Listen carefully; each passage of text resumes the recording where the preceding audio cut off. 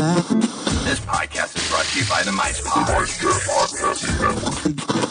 Mice Pod. At micechat.com and micepod.com. Micechat.com.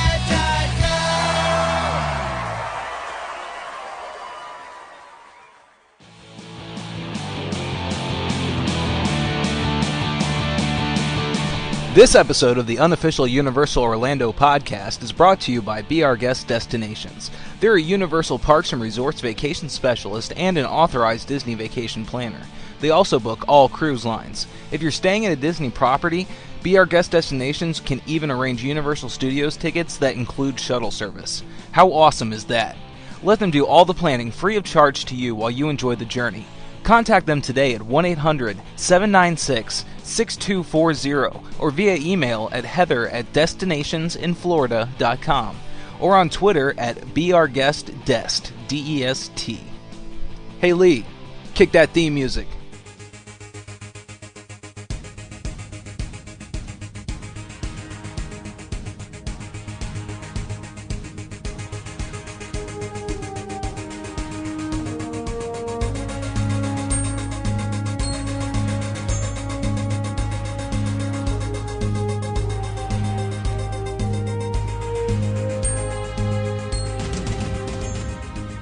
Greetings, Universal Orlando fans. It's time for the unofficial Universal Orlando podcast with your hosts, Lee, Tracy, and Darren.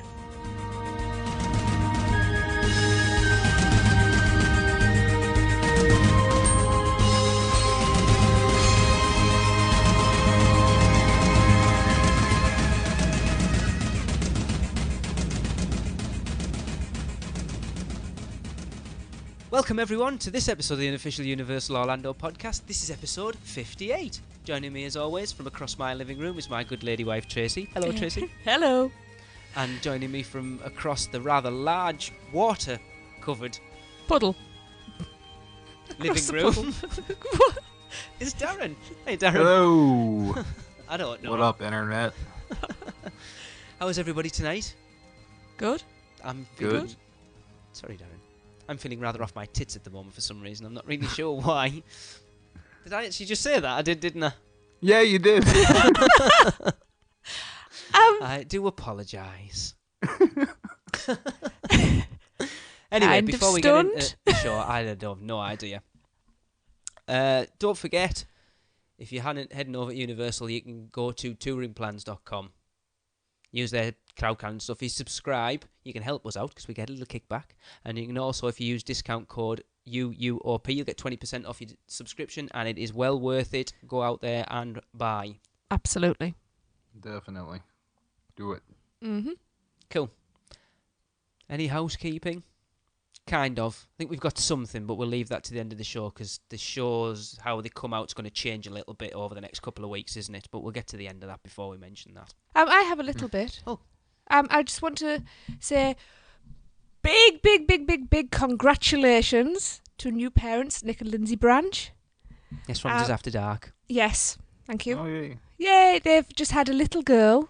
I believe she's called Alice. She is. I wonder if they've done it with a Disney connection and gone after Alice in Wonderland. Maybe. You're going to have to change it to Disney Whenever the Baby is Sleeping podcast. Yeah. So yeah, I hope you're all doing really well and enjoy her while she's little because it doesn't last long. Don't teach her to speak. No, definitely walk. not. You'll regret having a girl. Yeah. No, they didn't really have much say in that. No, not really. No. But no, huge congratulations. We're really, really pleased for you. Yeah. Congrats, guys. Mm-hmm. That's Cool. all I've got. Right. So we shall move on to the news. And now, your news from around the Universal Orlando Resort with your UUOP news team. So, Tracy, I think we've got some big news to cover this week, so why don't you take it away? Okie doke, I will. Woohoo! Springfield, home of The Simpsons, is coming to Universal Orlando Resort this summer, as we know. Yeah. Yeah. This new expansive area within the studios will be anchored by the main attraction, the Simpsons Ride, and will allow guests to enter the world of The Simpsons like never before. It will be the only place in the world where guests can walk the streets of Springfield and will include a brand new outdoor attraction, places and foods pulled right from the show, 2 new Simpsons characters who will make their debut with the new area, and they are Krusty the Clown and Sideshow Bob. Yay! That is awesome. And yes, there will be Duff beer, brewed exclusively for Universal Orlando. I don't Duff drink, beer. but I want to try that. No, just a mouthful. I'll nick Darren's then. For the first time ever, anywhere, fans will be able to walk down Fast Food Boulevard and grab the places that help and visit the places that helped Springfield stake its claim as Shelbyville by the sea. You'll be able to grab a Krusty certified meat sandwich at the Krusty Burger, grab the catch of the day at the Frying Dutchman, get a slice of Luigi's Pizza, go nuts for donuts at Lard Lad, enjoy a taco fresho with Bumblebee Man, and glug down a flaming Moor or Duff beer at Moore's Tavern. The new attraction called Kang and Kodo's Twirl and Hurl will take foolish humans on an intergalactic spin which is designed to send them into orbit. So if you like the sound of that and you would like more information, go to universalorlando.com. Does anybody else see like the really funny part of this here? Go on. It's all food places and then a crazy spinner ride. Yeah. Twirl and Hurl. Excellent. Yeah. Yeah, interesting. I think you're gonna want to wait for the front of the line. I mean, not the front of the line, the front of the ride. You're not gonna want to be like in the back of any of those. No. Do you think it's gonna be standing? Do you think it's going to be a splash zone? Yeah. Anywhere near it as it goes past, you don't be hit by flying vomit at 20 miles an hour.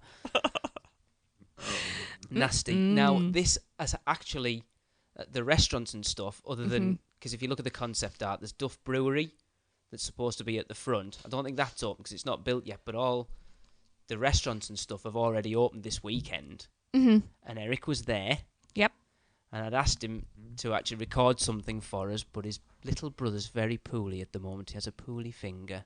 He does. So Eric spent a lot of time at the hospital. So we hope, James, a speedy recovery. Yes, we do. We were hoping he's going to come to the meet, but he's back in California at that point as well. And apparently he's very gutted, and so are we, because I haven't met him yet. But, yeah.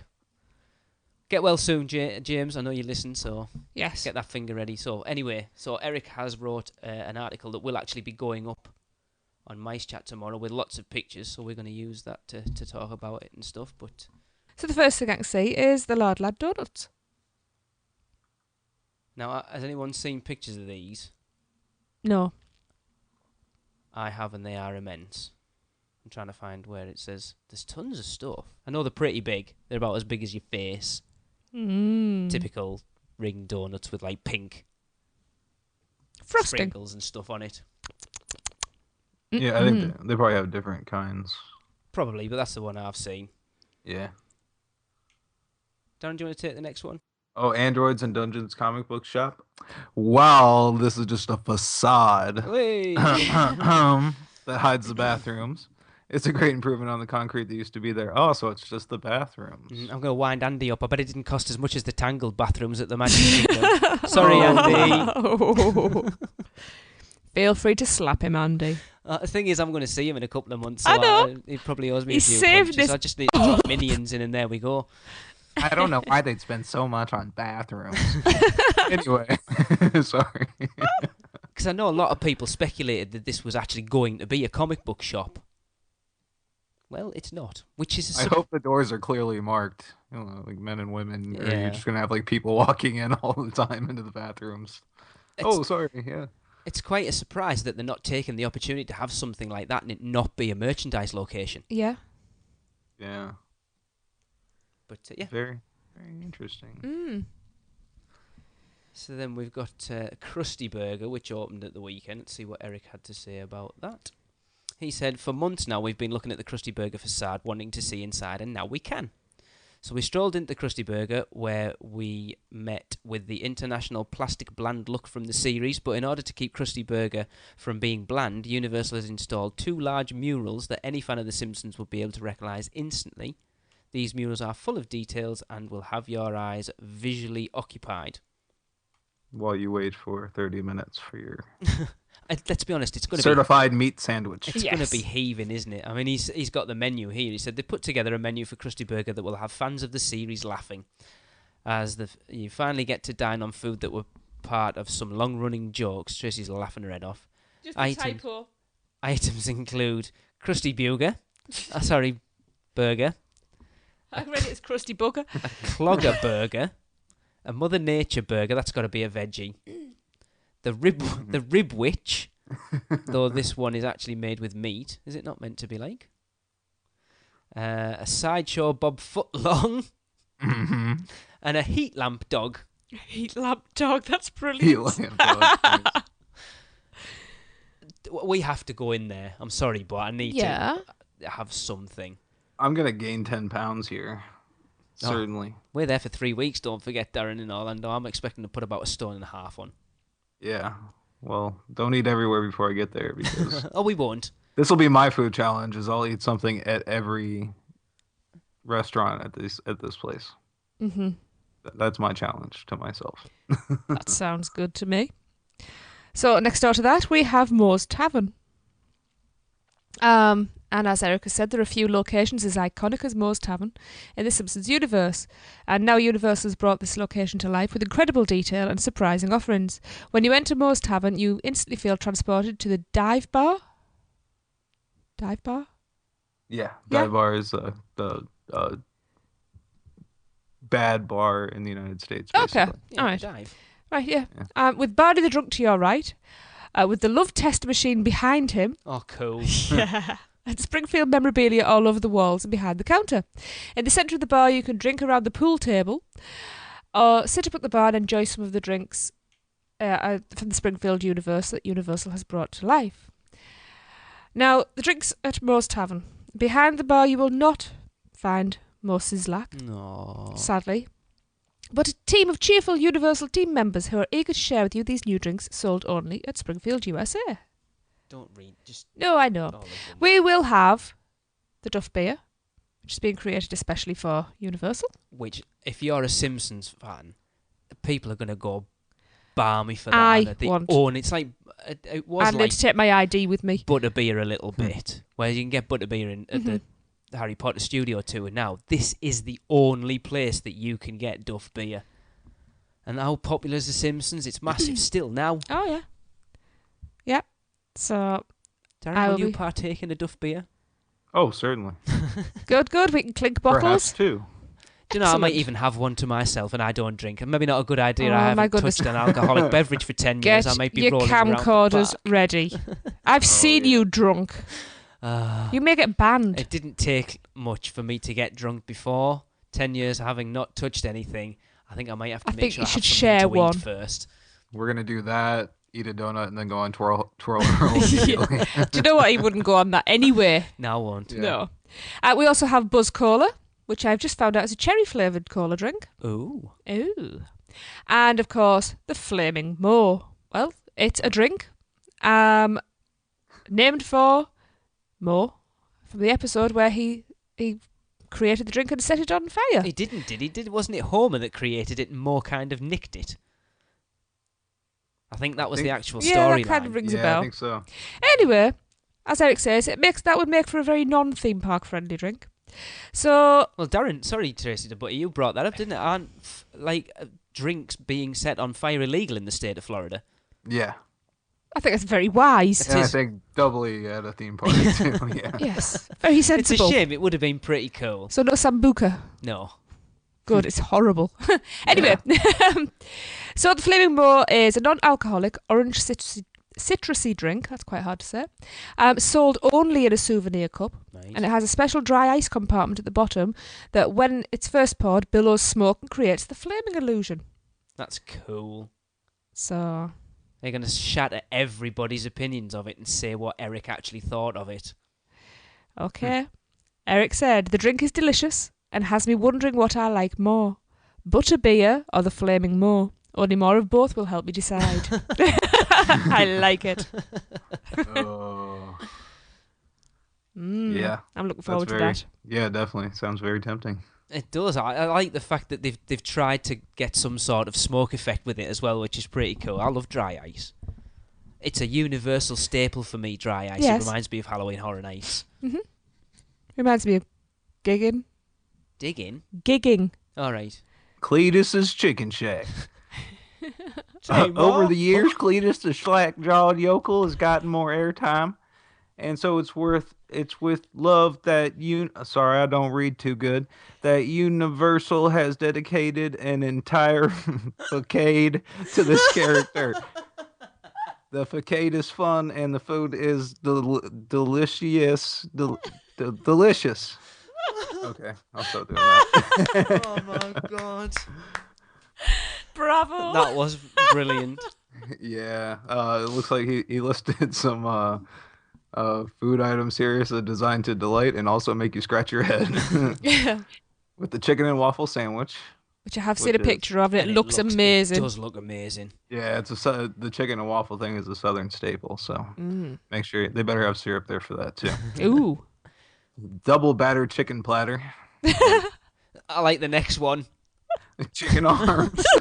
Like the one after. Have arms. Chicken thumbs and Chicken a thrilled to be grilled chicken sandwich. Thrilled to be grilled. What the hell's a chicken thumb? I'm hoping, probably nuggets, I'm thinking, maybe. Yeah. I don't know. Burger King had chicken fingers at one point, which were like fries that were made out of chicken. Oh. So, yeah. That says tater tots. I've just seen tater in tots. maple mayonnaise. We don't get tater tots over here. What are they? It's like Croquettes. they're like croquettes, but no, ours are mushy. There's more like chopped potato. Like it's more like hash brown, All right. but in a croquette. So it's like shape. Yeah. Whereas ours is mashed potato Inside in like a crispy breadcrumbs. Yeah. Much prefer tater tots. Yeah, definitely. Yeah, that place sounds awesome. Definitely going to be a stop there. Without a doubt. Absolutely. We need to watch more of this. I think I'll tell you what we need to do. The is kids are watch watching the it every Simpsons night. movie before we go over there again. Sounds like a plan to me. Yeah. Because we haven't watched it for a while. Now, on the concept art, it doesn't actually show these places, but it said there's a few additional restaurants. It says inside there are additional restaurant facades that will allow everyone to find something they will enjoy with an incredibly diverse menu of offerings unseen at Universal Orlando before. Now, go on, we'll take one each because there's three. So I'll take the Frying Dutchman. If I remember rightly, is this the place that Homer went to? It was all you can eat, and they kicked him out because he'd literally eaten the place, and he tried to sue them. Because I always remember the lawyer he went to was like, "Oh, this is the best lawsuit we've had since the Never-Ending Story." It says the famous seafood venue used to be all you can eat until Homer challenged that concept. Now it is you can eat. And on the menu there's a basket of bait, battered and patted fish, basket of shrimp, basket of calamari, and clam chowder. I said to you the other week, didn't I, Tristan, I want to try clam chowder, so I might actually get it there. I love clams or anything like scallops. I haven't never had it, no. Oh, wow. It's not anything you would ever see in a restaurant over here, to be honest. Chowder's not. Over there. Seafood isn't massive, really. Not in restaurants as a rule. You struggle to find seafood restaurants. I guess in Old England you haven't caught on, but over in New England it's all the rage. Yeah. I like it. No, I don't know what clams are like. Yeah, I'll do this one. I'll save you the good one, Tracy. Okie dokie. All right. We've got the Luigi's Pizza. Those wanting pizza can get their own. Yeah, it's just meat, cheese, or vegetarian pizza. Kind of boring considering the scheme of everything else, but yeah. What do you expect from a pizza place? Exactly. I wonder if it's edible pizza or what I call peel the topping off and slap it on the plate pizza. Any pizza in America far exceeds any pizza that I've had so far. Of course, I've only had it in the Netherlands, but yeah, I'm just comparing to places like Pizza Fari, which is garbage. It was literally take the topping off the pizza, throw away the base, put the topping onto the plate and eat that instead. Yeah. It was nasty. Something to do with the water, apparently. Anyway, moving on. Away from Disney. Yes, we also have Lisa's Tea House of Horrors. I love it. I love it. I love it. For those wanting something light, fresh, healthy and quick, Lisa's Tea House of Horrors with Caesar salad, Mediterranean salad, is that caprese? Caprese. Caprese I salad? think it's meant to be an A on the end. Might be. veggie sandwich, hummus, wraps, fruit plates, and more, which could be good for me because if I've overindulged and I need to pull it back. That's a good option for something different, isn't it? It is. Because I've got to say, with having been dieting for so long, it worries me that going back into this sort of eating is going to make me ill. Yeah,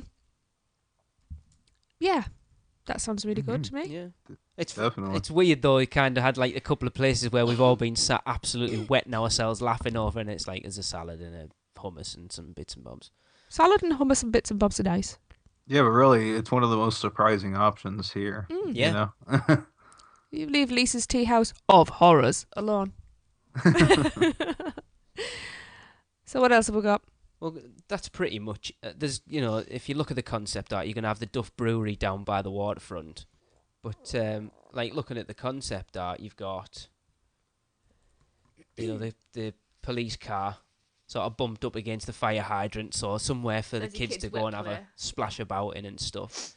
And then the Kodos and Kang Twirl and Hurl, which I won't go on, but someone brought this up. I think I saw it on Twitter or Facebook, or I was talking to somebody who said we didn't know whether it was on purpose, but you consider where Kang and Kodos Twirl and Hurl is. It's like at the far end of Springfield going into the next area, which is World Expo. Yeah. Men in Black. Yeah. Aliens. I wonder if it was done on purpose or whether it was just a coincidence. Just worked. A coinky dink. Because it's pretty cool. No. A coinky dink. A coinky dink. Yeah. Oh, yeah. No Ned Flanders? Oh. We need a Ned Flanders walking around. Yeah, and they need Otto. Yeah. See, on the concept art, they've got Chief Wiggum and Duffman, and then obviously Marge and Bart and Lisa. But the only characters that they've announced that they're going to be is Krusty the Clown and Sideshow Bob. And as far as I've heard, that's all the walk-around characters they're going to be. But I have heard there will be other character interactions. What that means, I have no idea. But there is going to be other stuff. I don't know. You don't know? No. So I'm just looking a bit closer, and we've got the Jedediah Springfield statue. Yes. That you looks have to cool. have that. Yeah. Hadn't noticed the tables down at the waterfront. Yeah. That's nice. I hope that's for the part of cinematic it. spectacular, they're going to go really quickly. Yeah. See, if you look, they've got the 7 Duffs topiaries in front of the Duff Brewery. Oh, yeah. Behind Duffman. Yeah. Is that what they are? Yeah. Don't forget, I'm looking at a smaller image. The 7 Duffs. As I said, it's my Geek. my wallpaper. But I think it looks stunning. I'd be very impressed if they get the clouds in the sky like that. Yeah. But I know I was talking to Eric. I've been talking to Eric since he went there, and he said he thinks this is actually going to be the surprise hit. Everyone's expecting Transformers to be the big news this summer. He actually thinks this might eclipse it. I mean, yeah. It sounds like it. Just sheer immersion alone. Exactly.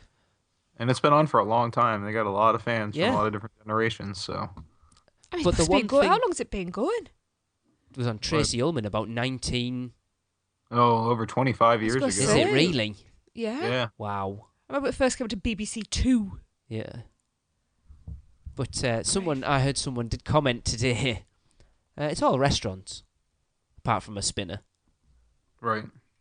Just get your money in your pockets. It is. It's a food court, Yeah. But essentially. yeah, I think it's brilliant. I love it. Yeah. I can't They wait. can build it all in there like that, and there's a lot of restaurants in The Simpsons, so... But they are going. If you look, I think we talked about it not that long ago. The three of us about how they seem to be going on the more themed area route now in studios and getting away from what it was and doing it more into a traditional theme park.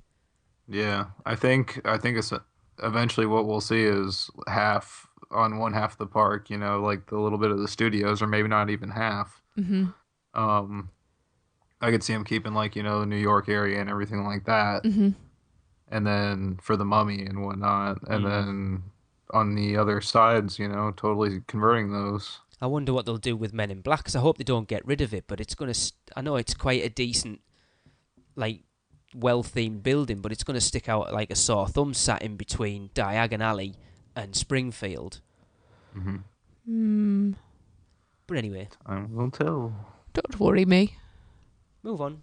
They better not bloody go. I love Men in Black. Darren. Okay, this one kind of bums me out a little bit, Okay. to be honest. According to a report from Behind the Thrills, as the rumor mill indicated, Legendary Truth will be returning in 2013 for Halloween Horror Nights. This year, expect them to take what they've learned and experimented with over the years leading up to previous appearance of Legendary Truth, and then mix in the online and in-park interactivity we saw them use last year with Horror Unearthed. Even better, it looks like Universal Orlando will begin to push Halloween Horror Nights storylines and mythos throughout the year instead of just as a last-second lead into the event itself in the fall. Does that mean it's going to be an Islands of Adventure then? Because they're using Halloween Horror Nights storylines and mythos. It's supposed to be myths. Yes. No. With Legendary Truth merchandise announced to go on sale online starting in June, I've got a feeling this year's story will also start to unfold at about the same time, which is just fabulous news. Which Darren doesn't sound cup. like. Yeah, that was from a Screamscape.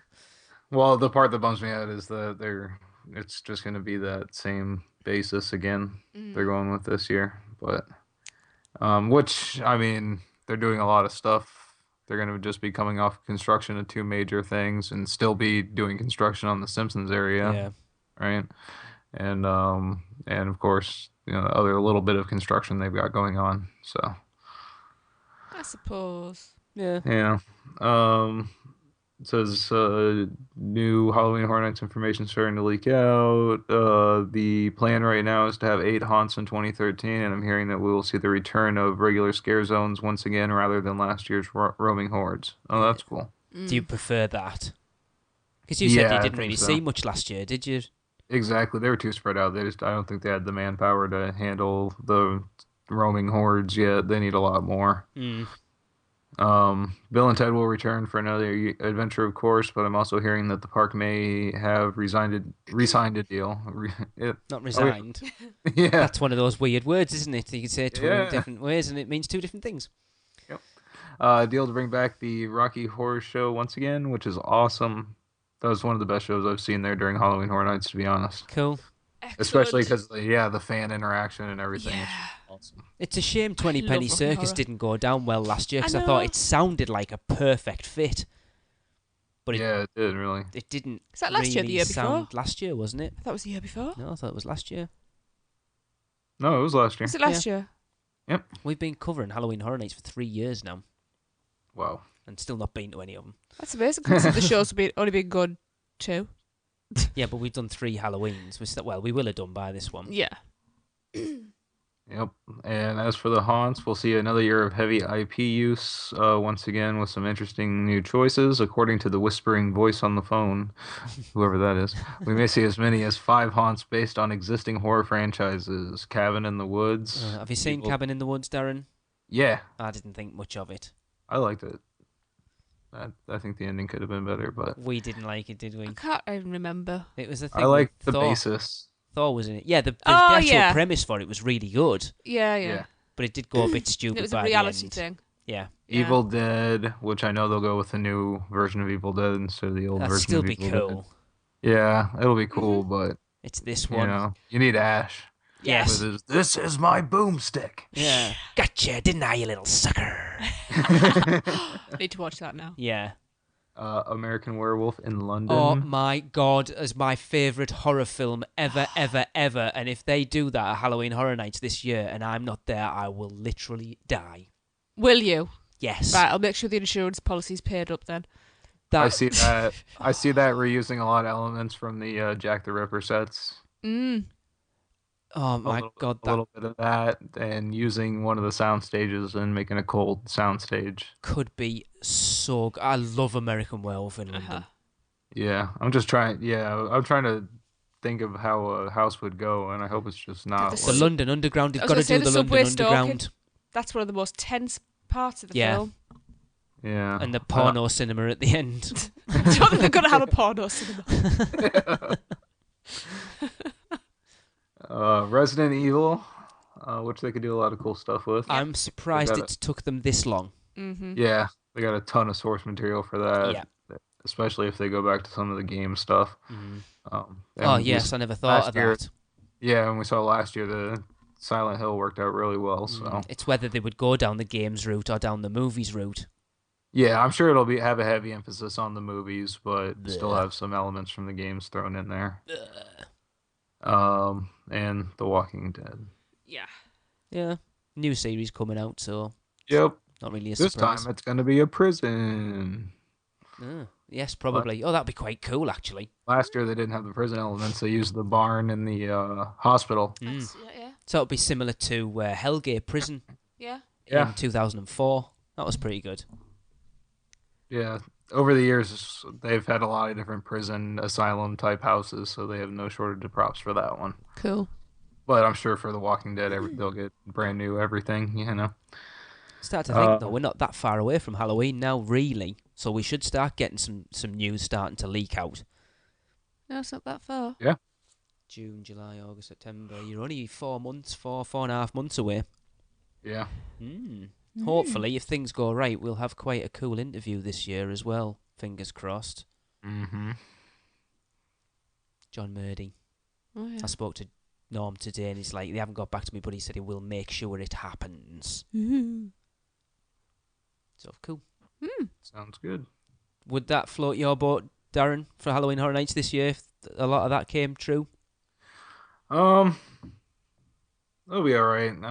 I'm more of a fan of their original houses when they let their guys just go crazy, you know. But some of the concepts are okay. Do you think Like I sometimes... said, with American Werewolf, I hope they don't just have, you know, like 12 identical werewolf, you know, guys jumping out at different points, scaring you. Because sometimes when they don't have enough material to work with, they do resort to that kind of thing. Do you think sometimes if they go with IPs, then you can tend to go in with a certain expectation, and if it doesn't live up to it, it can be Whereas if yeah, definitely. That and the other way around is that the IP that they're having to work with doesn't have, you know, a whole lot of source to make a house with. Yeah. You know, like, you know, American Werewolf in London relies a lot on the tension. Mm-hmm. And it's hard to build tension when you've got a single file line going through a house. Well, Yeah. this is You know, true. with drunk guys all around you. So Cool. Right, go on then, I'll take the next one. For the second year running, Universal have upped their ticket prices before Disney. And it's now gone beyond $90, so a price of a one-day, one-park ticket for Universal will now cost you $92 before tax, which, if I'm right, would actually push the ticket price to over $100, Darren. Would I be right in assuming that? yeah, 7% tax, math and things, and probably, yeah. Thereabouts, it. yeah. I think it worked out at like $100 and something like 83 cents. Ouch. Yeah, that's a lot. That is a hell of a lot of money. Of course, we don't have to pay that much as Florida residents. No. I don't think we've broken 100 on our tickets yet. But we've discussed this before. I wonder how many one-day, one-park tickets they actually sell. Because we talked about this before we started recording, that us coming over, we will buy like a 14-day ticket. Right. Yeah, I'd say it's mostly to local residents, or like people visiting local residents and things like that end up with those kind of tickets. Yeah. But I mean, Disney put theirs up about a week later as well, which is I'm normally... sure they sold the... Oh, sorry. All right, go on. Oh, yeah, I was going to say I'm sure they sold a ton for when Harry Potter opened. Probably, yes. Yeah, you're probably right. A lot of Probably people... still selling a lot off of that because, I still talk to people now that are from here and they just haven't made it over there yet and they really want to go see it, so... Yeah. Yeah. Yeah, definitely. But I mean, Yeah. like I say, Disney normally Disney are the ones that do the ticket price up rise. What the hell? The ticket price rise first, and Universal and SeaWorld follow suit. But it seems to be Universal are really they're the ones setting the bar at the moment. And let's be honest, they kind of can. Yep. So, Well, I can't they? Obviously. Shall we move on to the Hollywood news? Yeah. And now let's switch coast to see what's going on at Universal Studios Hollywood. Universal City Walk celebrated its 20th birthday a couple of weeks ago with a blockbuster-worthy bash that drove flashy street racers from Universal Pictures' Fast and Furious films to park at City Walk in time for the much-anticipated movie opening weekend and the launch of the summer blockbuster season. That was a long sentence. It was. Huge. A life-size wax figure of Vin Diesel from Madame Tussauds Hollywood will also share the spotlight with Fast and Furious cars, or already did. Yeah. Can I just ask? A wax figure in a spotlight? Yeah. So there'll be a puddle of Vin Diesel. Sorry. Can you fuel your car with Yeah. Vin Diesel? A retrospective of 8 original souped-up cars, including 3 from Fast and Furious 6. They keep changing the titles. Yes. Were staged at 5 towers on City Walk to help get the birthday party started. With an exciting slate of blockbuster movies poised to reign over Hollywood this summer, Universal City Walk will become LA's blockbuster movie destination, where guests can join in the fun and see the latest hit movie for only $2 in parking, or movie buffs to park for $2. What? That's what it says. Why does it Just say read it like that? I have Weird. no idea. Very strange, Okay. that. Okay. The arrival of an elaborate 20-tier cake. You think you could challenge that? Do that one for the challenge? No,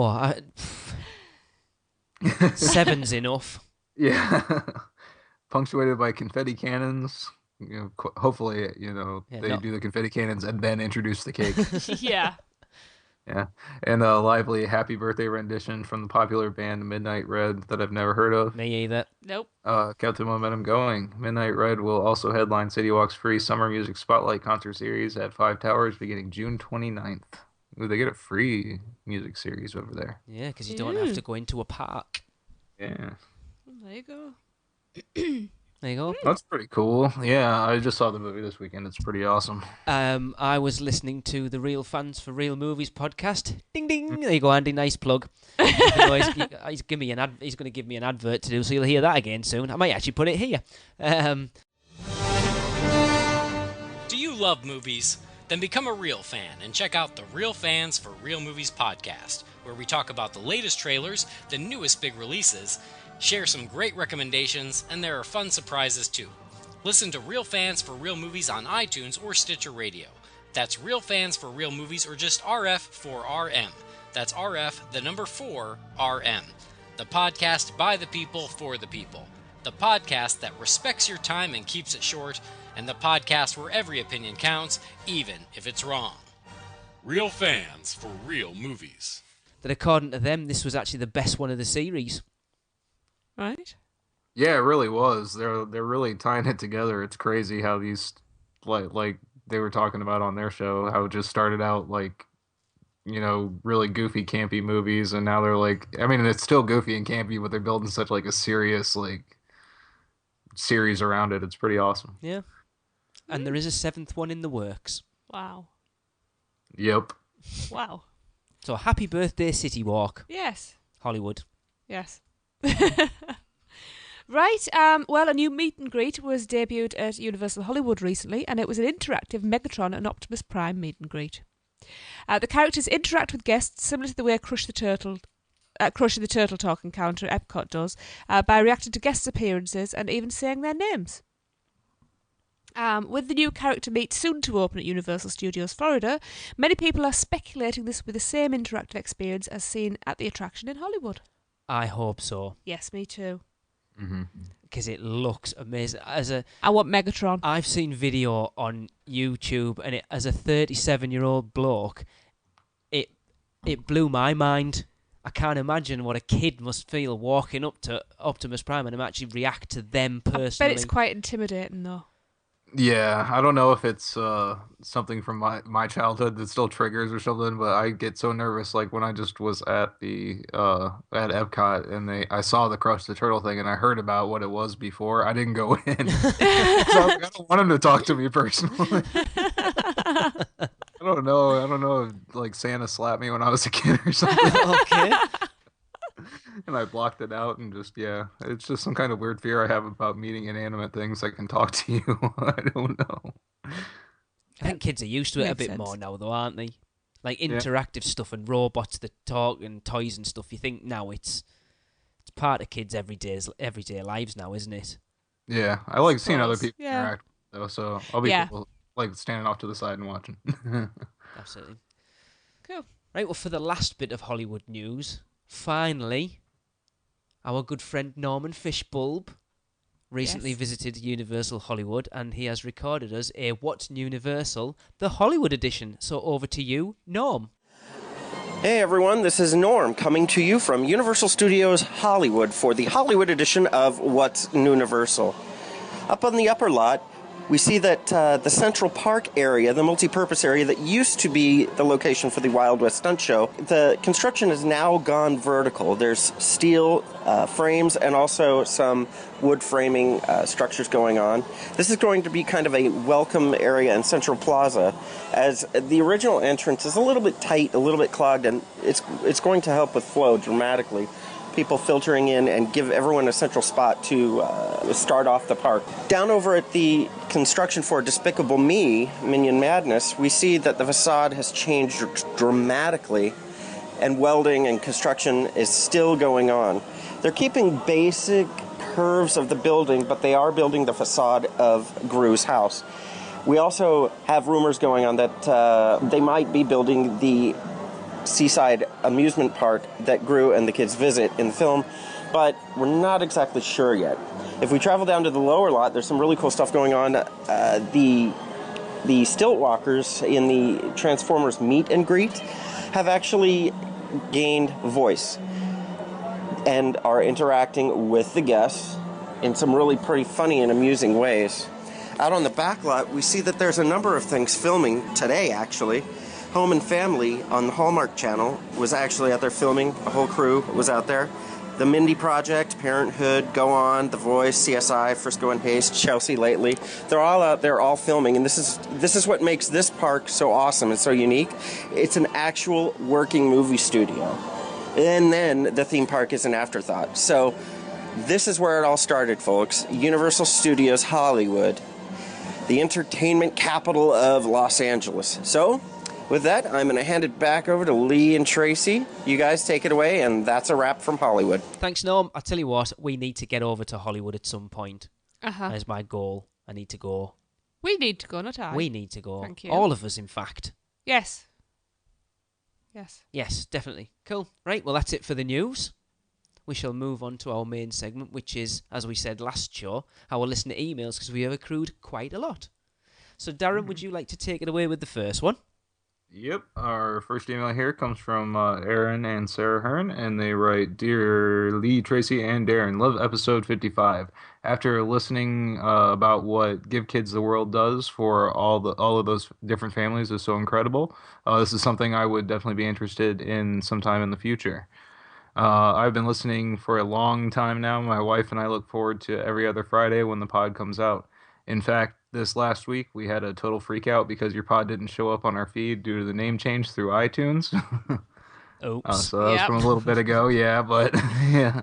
Now on to my question. Since Halloween Horror Nights is getting closer, I know that you talk about whatever rumors you hear, but for those HHN fanboys, Darren, I'm speaking to you and myself, obviously.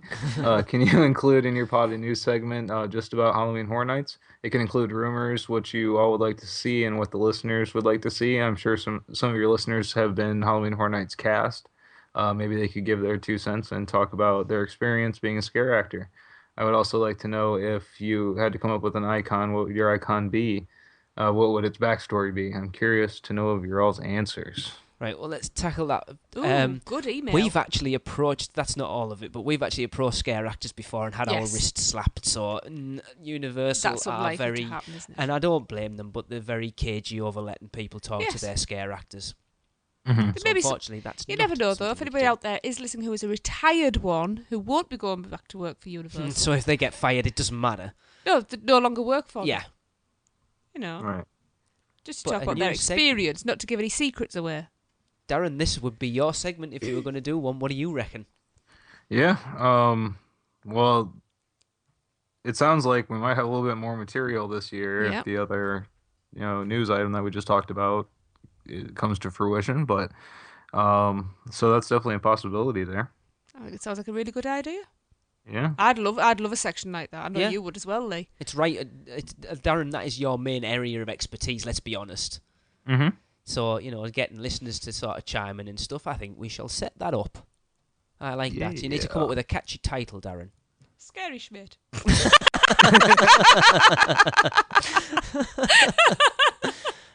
That would work for me.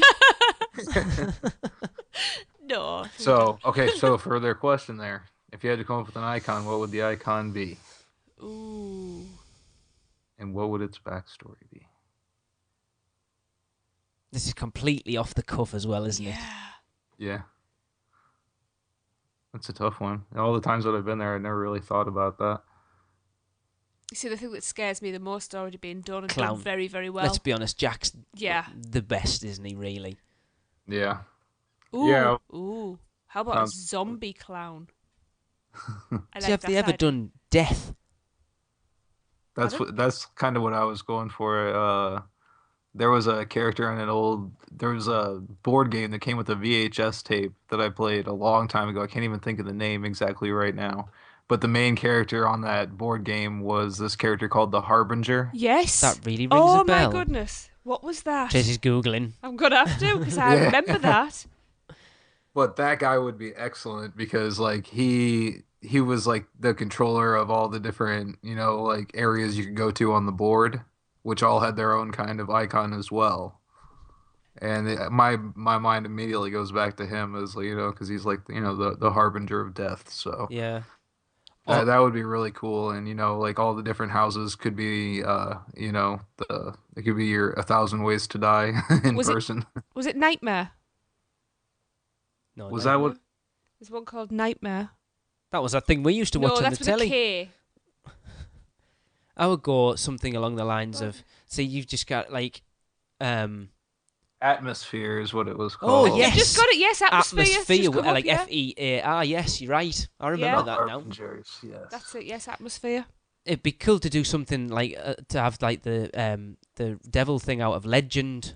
The Tim Ooh, Curry yeah. devil. That was amazing. Tim Curry does play some pretty That would scary be pretty characters. cool. Or what you said there, Darren, about it being death, but then having each of the houses like a different way to die. You could do some sort of like, I want to say Freddy Krueger's the closest I can come to, like a dream stalker, but then have each house as a different nightmare.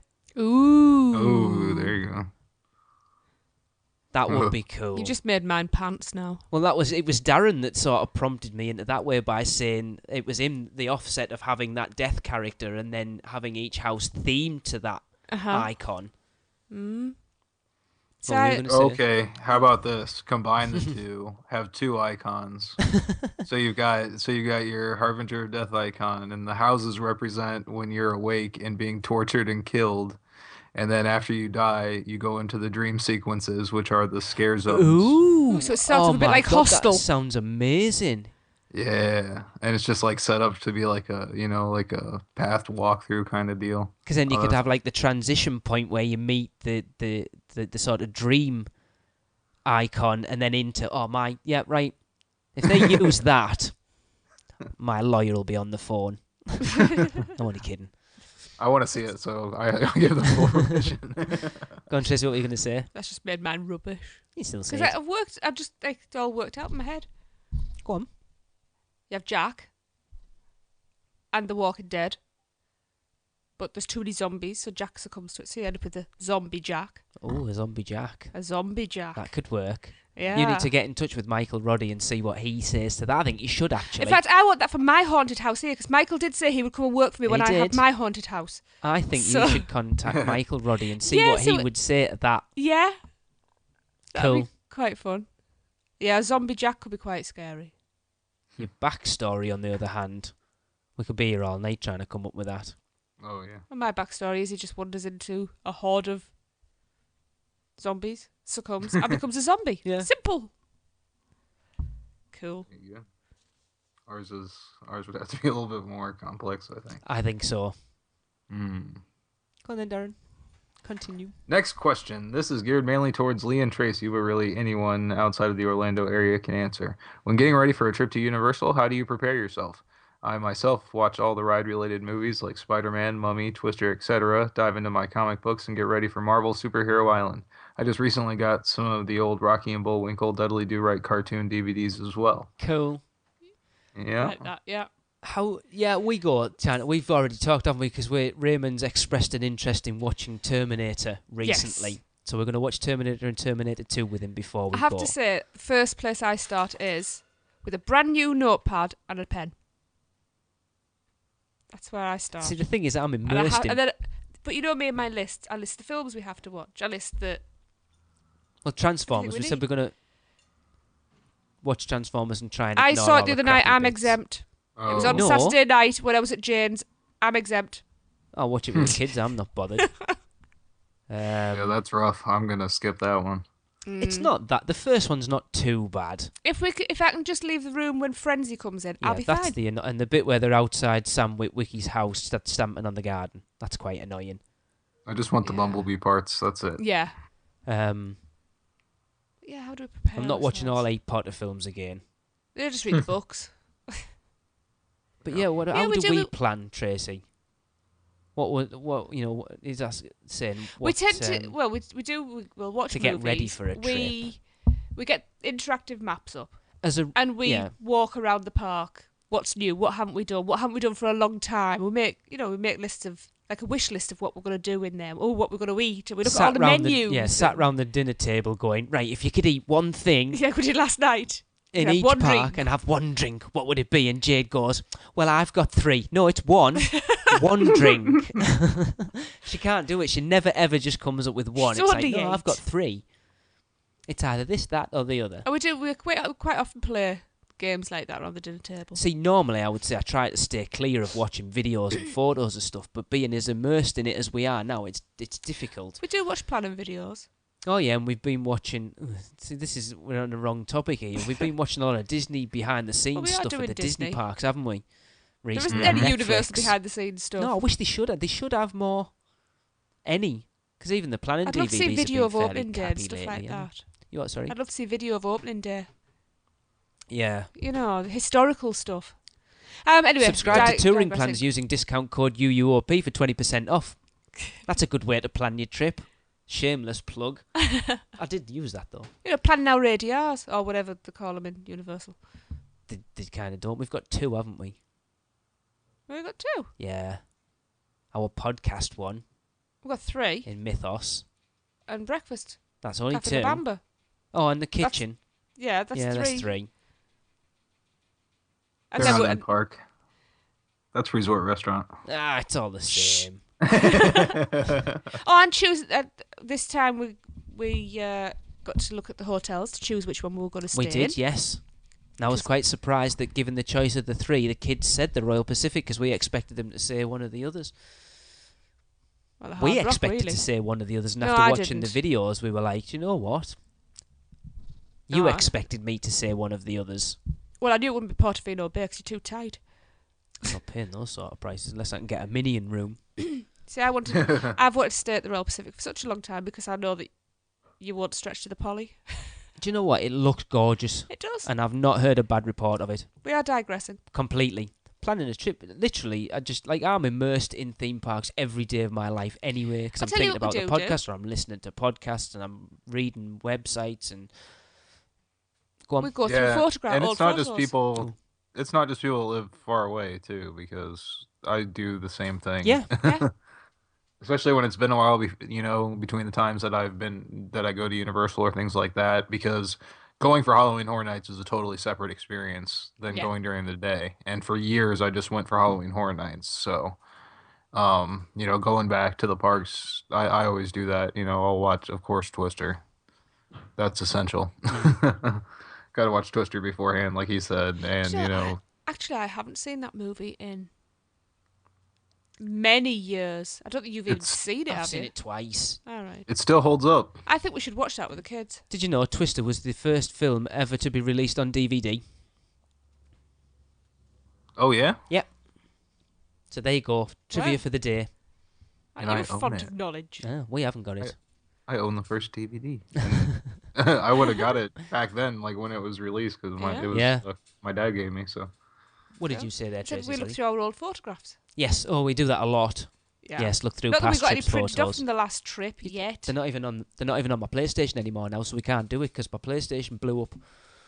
So I need to replace them. That's good though. Yeah, or like a refresher, and then you can notice the changes more evidently. To be honest, even when we're not booked up, we're kind of planning continually. Well, That's all we talk about. I tell you what I've started to do this year is every year one of us has written a trip report. So like what we've done every day and fairly detailed. I actually started reading those again last week, which got me actually mega excited. Yeah. And we've got our little countdown on the wall, haven't we? And it's for me, it's just every day. I'm immersed in it all the time, constantly, as Tracy knows because she's always telling me to shut up about it. There you go. Cool. Yep. And those are just a few questions I had for you all for now. We love the podcast. Keep up the great work. And again, that was Aaron and Sarah Hearn. So thanks for the email, guys. Definitely. Thank you very much. That's a good one. Yeah, really good. Tracy? Yep. Now I've got one from Angus from Boston. Oh, yes. Love the podcast, guys. Keep up the great work. Got a question for you. Can you upgrade a preferred annual pass to a premier annual pass? Is it one set price or does it go on a price curve depending on how much time you have left? I was looking at the AP benefits page on the Universal Orlando webpage and noticed you get free entry to Halloween Horror Nights Sunday to Thursday with a Premier Pass. Not sure if that's a one-time pass or entry to any Sunday to Thursday, but this could potentially be a killer opportunity for me depending on those answers. I'm going in August, and if it's on a price curve, I would only have 2.5 months left on my pass, and since I'm returning in October, that might save me the cost of Halloween Horror Night tickets. Got any good news for me? Thanks again. Thanks, guys. Again, great work on the podcast. Always enjoy it. Angus from Boston. See you at the meet. Angus McKenzie. Yes. Sorry, Angus. Well, you already know because I've already emailed you the answer anyway. I had to ask Eric this. Yes, you can upgrade an annual, a preferred pass to a premier pass. Is it one set price? Yes. So if, like you said, you went and upgraded your pass and you only had 2 months left on your pass, it would still cost you whatever the difference between the preferred pass and the premier pass is. So, for example, say you paid $400 for your preferred pass, and you went to upgrade it to the Premier, and the Premier was $600, even though you've only got 2 months left on your pass, it would still cost you that $200 to upgrade, and you'd still only get that 2 months. Ouch. So, see, I think what he was thinking was the potential. It's like a pro rata thing. Yeah. So even though you had 2 months left, it would be at like 2/12 of whatever the upgrade price was, and it's not. That's not how it works. So, sorry. Probably to discourage this exact kind of thing. Yeah. Actually. Yeah. Unfortunately. It's always worth looking at things like that, though. But you never know. I don't know what other sort of... See, I looked at getting an annual pass for us this year, just one of us, to use like the discount for the hotel and the free parking and stuff. And in the end, it was like...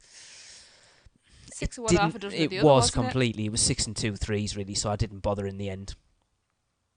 But there you go. Sorry. But thank you for your email. And yes, look forward to seeing you at the meet, definitely. Not long now. It's not. Cool, sorry, I'll take the next one. So we've got, hi, I've been listening to your show for a month or 2 now and I really enjoy it. He said, I don't want to say that I appreciate... I do want to say that I appreciate that your show keeps the Disney bashing to a minimum. Well, we love Disney as much. We do. And let's not yes, they take it do. out of context. We do. I'm sorry, but you... It's all in fun. I think really is. If you love one and forsake the other, I think you're missing out. And a lot of people do, and I think you're missing out. Absolutely. They're both completely different experiences. Yeah. Besides, I understand having a preference, but I don't understand hating Disney or Universal. Exactly, well, that's what we've just said.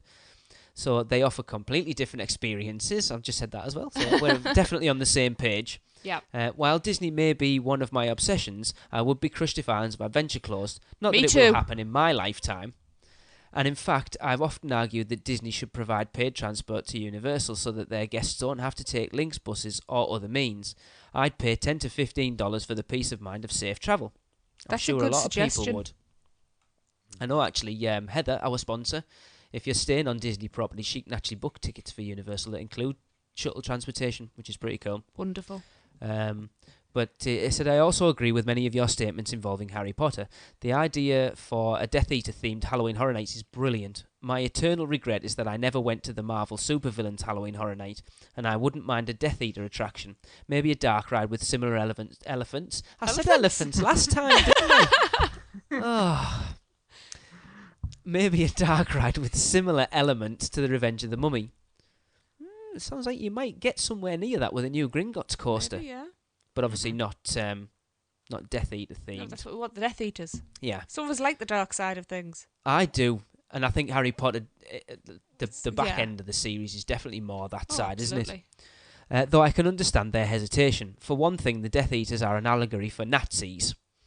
I'll be very curious to see how Universal will deal with the Hogwarts Express. How will they deal with congestion? It's unlikely people would choose to take the long way around. Anyway, great show, and that was from Rick Hondo. Go on. Hand up.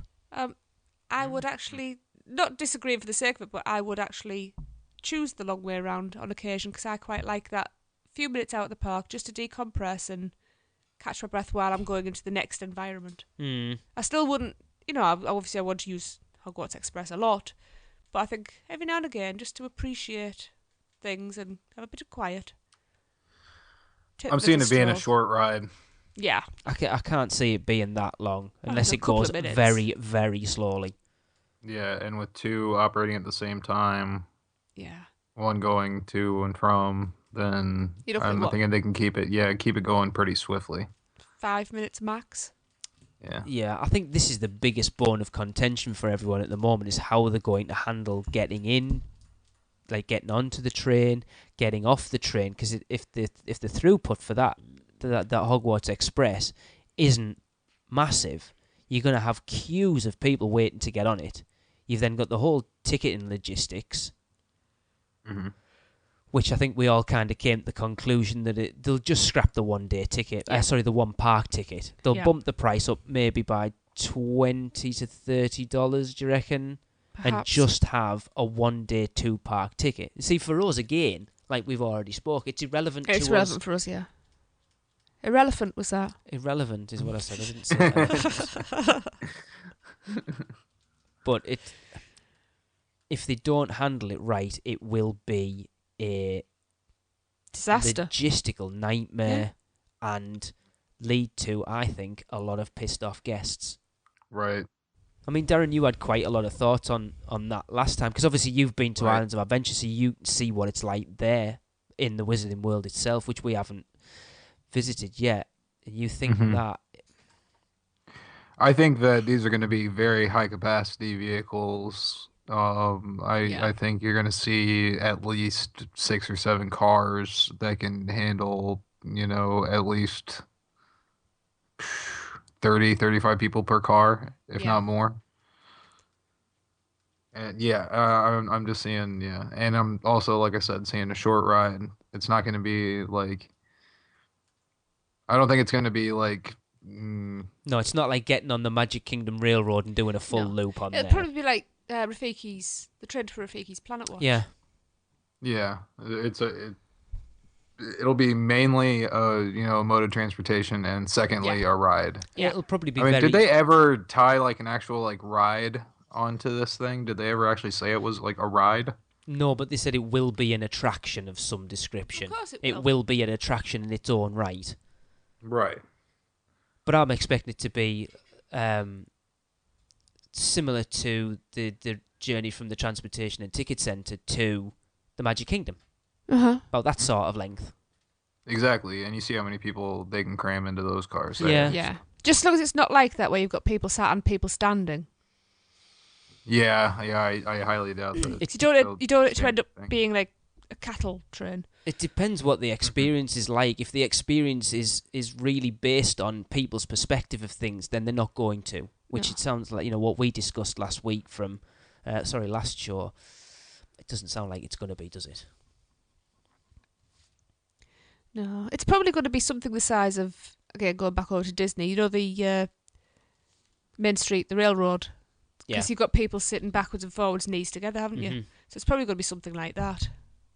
We've I would imagine. absolutely killed this topic now, haven't we? Talking about I'm sure we'll come up with something new. tickets and stuff. It's just the answer is we have no idea. And until Universal, I think, to be honest, Yeah, but they it's might fun not guessing. even know yet. But I tell you what, they'll find out soon enough whether it works or not. Oh, they will. When People you think will let when the them know. Wizarding World opens that queue was from the Forbidden Journey right round to port of entry, they're going to find out quick whether they've dealt with it right or not. Yeah. Mm-hmm. Yep, and the way that we've heard that they're designing, everything out front of the new world, with the kind of sectioned entry. Yeah. That they can easily block there and set up a queue. It stretches all the way through Universal. It could be. It could be. And they have a whole lot of queue area there because they put it all the way in the back. This is true. I wonder which way they do it. Oh, they've got to send them. They've got to send them through Springfield so they can have something to eat while they're queuing. Yeah, there you go. They get a duff beer while you're standing in line. Cans Awesome. of worms and kettles of fish.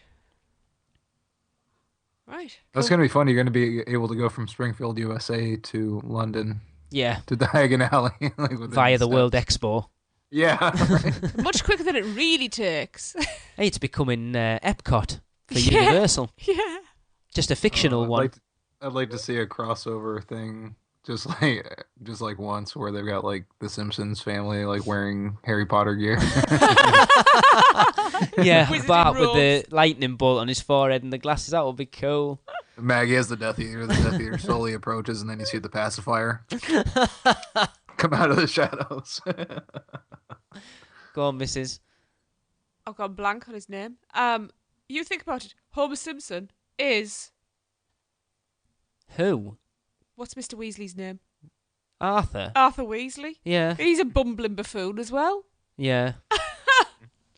And That'll Marge work. could definitely be Molly. Yeah. Dye her hair ginger. Yep. Yeah. Lisa's Hermione, yeah. Cool. Don't know who Maggie is. No. Crookshanks, maybe. Dobby! Bart is bad enough to be both the twins. Yeah. Yeah. Or Malfoy. Yeah, there you go. Cool. Uh-huh. Yeah, so thanks for that, Rick. Brilliant email. Yeah.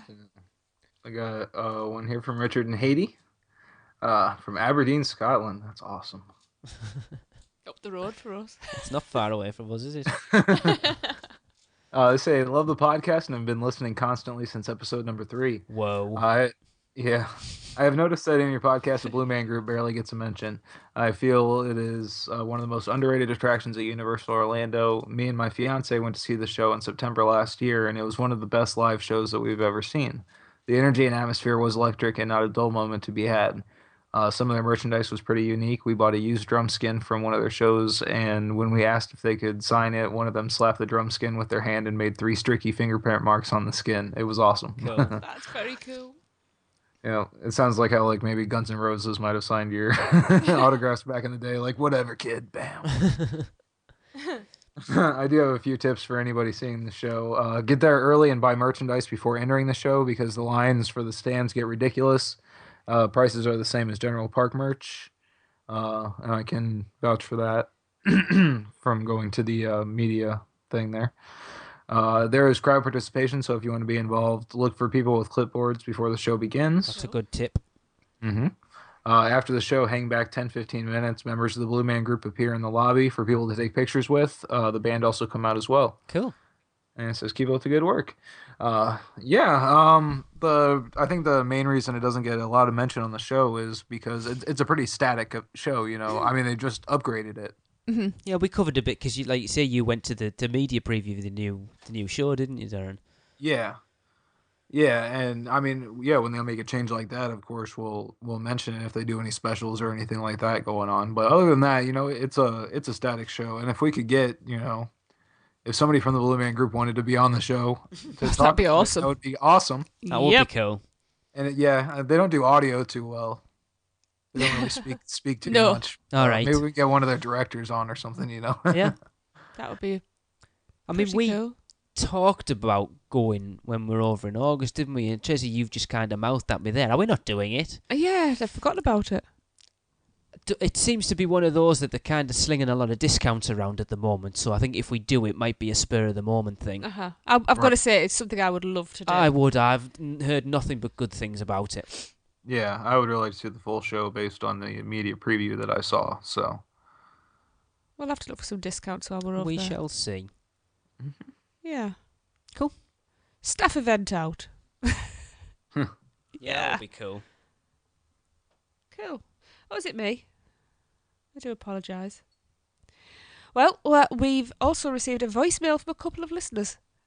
So, Lee, if you want to play it for me. Hey, Lee and Tracy. This is Andy and Darren. Hey, what's going on? We're coming to you live from Star Wars Weekends at Disney's Hollywood Studios. May the 4th be with you. And I know you're thinking this is a Universal podcast, but the only problem is that one of your hosts does not have a pass to Universal. Can you believe that? So guess what? We're hanging with the competition. Don't tell. Yeah, it looks a lot like Universal, though, so I think we're going to make a pass here. And we talked about Universal a lot in line, so that counts. Yeah, definitely. But we just wanted to drop you a quick line and say hello. Wish you were here. Can't wait to see you in August, where we can eat way too much cake and burgers and get really fat at the Hard Rock Hotel. Indeed. And I can watch you guys get fat at the Hard Rock Hotel and take pictures. It's going to be fun for the whole family. So anyway. Until then, good night, Internet, from Darren. And good night to all our friends from Andy, because I don't have a catchphrase like Darren, but hope you guys are well. We will talk to you soon. Peace out. That was awesome. I must say, the Yeah. first time I listened to that, I laughed my head off. yes, I got to go hang out with our buddy Andy at Hollywood Studios at Disney for the Star Wars weekend, which is my first time going to that. It was pretty cool. Cool. Definitely had a good time. Yeah. It's funny, like, going off the back of that, a lot of people said that they should do something like that for Harry Potter at Islands of Adventure. And they kind of did, didn't they? Did that, was it the home... I can't remember what they called it. Harry Potter, the home entertainment weekend thing or whatever. I can't remember what it was called now, a year or so ago. And everyone sort of speculated back then whether it was something they would do every year or not. Right, but yeah, they should do it a little bit more like Disney does the Star Wars thing, spread the character interactions out throughout the park. Yeah, because I don't know if they're licensed to do that, but... Yeah, like, because they'll have a lot of, like, Jedi Mickey, won't they? And Yeah. like Goofy dressed as Darth Vader, and I think they had, is it Chip and Dale dressed as Ewoks this year, I think I saw. Cute. So they could Just do... imagine Harry Potter themed minions. Yeah. Little Like, Dob- we've already kind of speculated with Yeah, The Simpsons, a haven't we? couple of- Little Dobby's running around. Scooby-Doo dressed as somebody and Shaggy. Oh, that would be funny. That would be cool if if they were able to do something like that. Yeah. For sure. Right, I shall move on to the next one. They say he was the first person to ever gain access to the Navigators Club, but we only know him as the Popcorn Doctor. He said a good few episodes ago, one of you suggested that it might be fun to sample different food from various areas and islands of adventure. A snacking touring plan, if you will. I've given that idea some thought and have come up with this small guide to eating around the islands. So he has said, I like this idea, because especially for us, it'll give us a bit of a refresher. So in port of entry, you've got the Confisco Grill, which is great. It's a great underrated restaurant and a nice, slightly cheaper alternative to the Three Broomsticks and Mythos. But they've took the character breakfast out, which, for my Sadly. opinion, was one of the best things there. Yes. You can also relax at its bar, the Backwater Bar, that can be found facing the entrance to Zeus Landing. If you need breakfast or a quick snack, the Croissant Moon Bakery is a good option. We went in there last time, didn't we? Darren, have you partaken in the Croissant Moon Bakery? No, I have not. You know I have. I know you have, that's why I didn't But ask. is it of either of you? I'm usually a breakfast before the park kind of guy. Yeah, I must admit, we usually are. I have second breakfast. Yeah. If Lord of the Rings ever does come to Universal, like the rumours are going round, how much are they going to promote second breakfast? So in Marvel Superhero Island, he said it's pretty much a standard theme park variety here, so maybe grab an icy or an ice cream cone from the frozen dessert stands. However, take a peek inside Captain America Diner if it's open. The ceiling and walls are adorned with giant murals of Marvel heroes famous Iron Man and Thor, and obscure Tigra and Black Knight. It's never been up when we've been there. No, I don't think it is. Oh yeah, I've been in there a few times. It's really awesome. The intramurals are great, and yeah, there were a whole bunch of characters I had no idea who they were, and now I know they were Tigra and the Black Knight. There you go. So now you can go and impress people by pointing that out. Yeah. Just walk up to random people and go, "Do you know what that is? That's Black Knight." That's right. Yeah. Who are you? You weirdo. It says in Toon Lagoon, in true comic strip fashion, the restaurant Blondies will serve guests the infamous Dagwood sandwich, piled high with various meat and toppings. Ooh, I wonder if they'll go traditional with that. Like, it's because like one of the ingredients is beef tongue. Right. Yeah. It says the best part about Blondies is that its dishes, including subs and hot dogs, are fresh and made to order, similar to Subway. I did not know that. Yeah, I only found that out a few days ago, actually. He's missed out Cathy's. Oh, We Cathy's, like Cathy's, don't my we? goodness. That is some of the nicest ice cream I've ever had. It says in Jurassic Park, you can unleash your inner carnivore and sink your teeth into the ribs and roast chicken of Thunder Falls Terrace. It also offers a nice dry viewing area of the River Adventures splashdown zone. Pretty cool. It is. It's not somewhere... To be honest, we've not really eaten in either of the parks, have we? No, not Other really. than the Confisco Grill and like the crappy... Bit of Mythos. Circus McGurk. Yeah, but not for a long And time. green eggs and ham. Yeah, hopefully that'll be open. Yes, so the Wizarding World of Harry Potter. It said, enough has been said of butterbeer and the Three Broomsticks, so I'll just leave Never. it at that. Don't forget that the Three Broomsticks is now open for breakfast without a reservation. Ooh. So that's good to know. I think we might have Which to means you'll party. be waiting for your eggs. Yeah.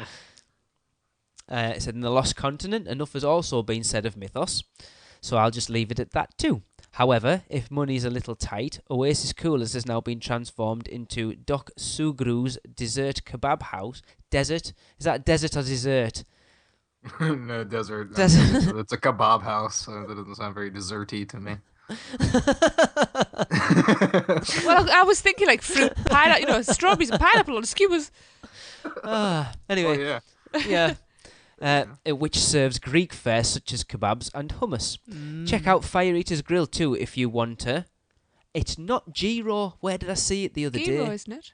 Someone. Gyro. Hero. It's Hero. Yeah, It's Gyro, Greek. that's right. It's pronounced with a Y. Yes, someone, who was it? Marissa. I think Marissa Winziger. She posted it the other day and went, people, it's not pronounced Gyro, it's Gyro. So there you go. We shall have to try them. The lamb one. And finally, in Zeus Landing, so obviously just covering Islands of Adventure here, he said, I think Zeus has the most fun variety of food in Islands of Adventure. If you happen to pass by on the rare occasions that green eggs and ham stand is open, order the dish and take a photo for documentation. Yes, we haven't actually got a photo of that, even though because we've we eaten inhaled it. Anyone with a sweet tooth should stop by the candy store. Yes. Seconded. The kids, all four of us with a bag each, and it's just load them up. It lasts us about 3 days, I think. Or gulp down moose juice or goose juice at the juice stand, which we haven't done No, either. we haven't. Darren, have you sampled moose juice and goose juice? Nope. They don't sound very appetising, let's be honest. No, I don't spend a lot of time in that area, so. I Oh didn't well, even know it was there. we shall rectify that this year. Mhm. I'm gonna drag him kicking and screaming on the Derek. high in the sky Zeus I'll be trolley like, train ride. You might be never over see at him again. It'll be, Duck Brewery. it'll be hightailing it out of there. Never to be seen again. He said, and of course, for the sake of my name, I must recommend the refillable popcorn bucket. $1 a refill ain't a bad deal.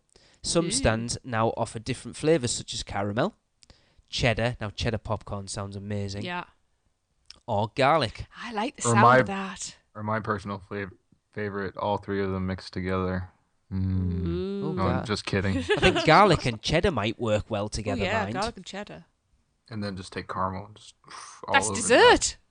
Yeah. Oh, there's your dinner. A meal in the I bucket. like it.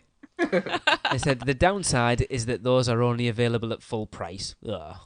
They should offer a feed bag. Yeah.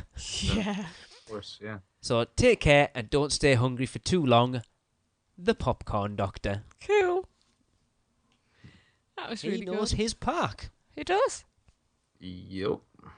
I always look forward to Oh, yes. missives from the Popcorn And Doctor. I know he always looks forward to it because he loves our Stig type intros. And we can thank Darren for that. I've just got a question. If he's the Popcorn Doctor, was that a prescription? Yeah, maybe. I like it, yeah. Take 2 buckets of popcorn once after every meal. Right, I've got another one. We do have a lot this time, don't we? We have got a lot of emails. This is from our good friend Matt Clark. Who we had back on way back a long time ago now. Yes. Hello, Lee, Tracy, Darren, and Eric. It's me again. This is a part where Lee says, "Oh no, not again." All jokes aside, I got 2 questions to ask you guys. Number 1, there have been recent rumours saying that Toon Lagoon will be replaced by 2017. Now, I don't know how true this rumour is, as I take it with a grain of salt, but if this is true, I would feel the same pain as everyone did with Jaws. Not that I didn't like Jaws, but there are people who are more upset that Jaws is gone than me. I think I'm one of them. Yeah. This is a place that I've been fascinated by since I was 6 years old. I've been growing up with the classic cartoons my whole life, and to see this go will be heartbreaking. I understand that Universal wants to be more family friendly, and well, what's more family friendly than classic cartoons? How is Lord of the Rings going to be family friendly to everyone? I would love to know how you guys feel about Toon Lagoon and its staying power. Let's address that one first. Darren, you could probably answer this more because a lot of the stuff in Toon Lagoon's probably more ingrained in the American psyche. American, pop culture rather than ours. Yeah. Yeah, because we don't have Beetle Bailey and... Yeah, and it's held up for a long time very strongly. All those, I mean, you got cartoons and things from the 50s, they're still showing on TV today with, so I don't really see, I don't see at any point where, like, the nostalgia factor won't be effective enough for that area. Mm-hmm. But I also see that it's one of the, I don't even want to say it's a weaker area because it's really not. It's cool, but it's one of the areas I can see them changing. If there's anywhere in the park that they need to fit something in, that's the first place they'd probably look at. It's a shame, because I absolutely adore Toon Lagoon. Because I'd heard that there was apparently a new Popeye film coming out soon. Right. And that if Toon Lagoon did go, it'd be everything up as far as Popeye. And that would stay. Okay. Because it was Lose kind Dudley of Do relevant Right. still because there was a new film coming out. Yeah. But I think we talked, I can't remember when it was. It might have been when we had Jim Hill on last. When we talked about the actual footprint that Dudley Do-Right's Ripsaw Falls take up. Yeah. It's It is, huge. it's It's massive. kind of like we said with Jaws. I don't think people realise how big the area Jaws took up was. And it's kind of the same with Dudley Do-Right. See, my feelings of if Toon Lagoon was replaced by Lord of the Rings, you'd be going from one green area into another green area. And are people going to be able to find that division? Mm-hmm. Do you know what I mean? You're going to be going into Jurassic Park from it. It's kind of like a bit samey. Whereas I think you need that brightness and the zaniness. Because it gets you energised for going around the park, I think. You know, I think you need that. Yeah, there's a lot of iconic things there, like the photo ops and things like that, that you see everybody takes pictures at. Oh, the speech bubbles are brilliant. Yeah. And the I love speech bubbles and the, like, Marmaduke Yeah. one where pulling you. Aesop and Son and the boat that's with the turtle the and owl, the owl. Yeah, the owl and the turtle. Mm-hmm. Yeah. And I'm police not quite officer sure on the what motorcycle. I've seen people do Yeah, all kinds of obscene things with him. It's, you know, I don't know, for all it's not ingrained in British memory as much. Few of them are actually relevant. We do know them. Mm-hmm. You know, and it's, I don't know, people like nostalgia. That's the trouble. People like to be reminded of the childhoods and happier times. Right. I personally think what's more important in that land is it's all water based, and it's if you're not a water fan, like Tracy, you're not a huge. No, but I love it. But we have a game plan with that. Yeah. You know, we go into that park. I have a change of clothes because I really hate being wet. But it's like during the winter months and stuff, I bet Toon Lagoon gets very little foot traffic. We were there in November. And it was freezing. November's not the winter here. It was still cold. I tell you what, I was freezing. We did build-wrap barges and then went straight round and did a quick switch because Jade wasn't tall enough to go on it. Me and Raymond went on it first, and then you and Raymond went on it. And we were sat even in the sun, and I was freezing. Yeah, and then we went and got changed. And I didn't. I trudged around soaking wet all day. So I think that'll have more bearing on it, is how they feel they need an area with two water rides, even though they are brilliant water rides. But like we've sort of discussed before, Dudley Do Right's not the ride it should have been. No. And it looks like now, 14 years down the line, that they're never going to flesh it out to what it should have been. Well, it's still got the pulling capacity, it does. They're just not going to do it. If they were going to do it, they'd have done it by now. Exactly. So yeah. And Lord of the Rings will be family friendly to everyone, because what it's going to be is, as soon as you enter the land, you're going to get a ring. Everybody gets a ring. And then through queuing technologies, you're actually going to walk 26 miles. With your hairy feet. Yes, with your hairy feet, and they'll have inclines and everything for you at the end. And then finally, you'll just throw your ring into the volcano at the end, and then move along to Jurassic Park. Yeah, fight a spider on the way. Yeah. Yeah. Well, they'll just have little animatronic stand displays. Yeah, right, animatronic displays as you walk by. Eat about every 20 minutes. Oh yeah, plenty of food and market and food cart opportunities on the way there. But yeah, like we said, if there's one area in that park that's going to go for a big expansion plot, it's got to be that. They're not going to get rid of zoos. Yeah. They're not going to get rid of Potter. They're not going to get rid of Jurassic Park now. Not with the new movie. Yeah, that's true. With that big expansion plot. So unless a lot of those characters have a sudden regeneration. And while Marvel's still as popular as it is, Universal are riding the back of the popularity that Disney have made with it. They're not going to get rid of that anytime soon. Yeah, and comics are kind of dying in that way, like the newspaper type comics, because people don't get the newspaper anymore. Yeah. So I'm sure there's the kids now have never seen any of those characters before they go in. I mean, probably Popeye. Yeah. Maybe. That's quite sad, really. Maybe not. Well, we've actually said that I think the Robin Williams one's on Netflix, isn't it? And we said we're going to watch it with the kids before we go. Because they really have no idea who Popeye is, just from what we've told them. It's just ingrained with us, isn't it? Yeah. It's as I'm thinking there, when I was a kid, the papers would come in and we'd fight over. It was Garfield usually, or Calvin and Hobbes, and because we don't get a newspaper, our kids don't have that. No. Yeah. And they didn't really survive the changeover, because there's no place you can really easily and accessibly read them all online. No, it's true. So yeah, they are kind of fading out. So very sad. Yeah. Let's move on to question 2. On my last trip in June of 2012, I got off the new and improved Spider-Man and Rocket after my first time with them and said to myself, "Wow, I got to do that again." Has that ever happened to you guys before? And if so, on what rides? The Hulk. Spider-Man. Men in Black. The Mummy. The Mummy, not so much. If you remember back, we weren't that impressed with the Mummy the first few times we rode it. I would say, judging by the times that in 3 trips we've rode Men in Black about 40 times. Oh yeah, Men in Black was a definite, Twister. Oh no, it wasn't. Burn. No, we're going to try Twister again. I'm looking forward to that. Definitely. Actually, I'm looking forward to that. The original Back to the Future for me. That was one where I immediately went back right into the queue again. The whole family did, and everybody was excited to go back on that one again. That was our first simulator, Yeah. I'm blanking on stuff that's in there at the moment. Just trying to think. Jaws. I love that from the first Jaws. time I rode it. Yeah.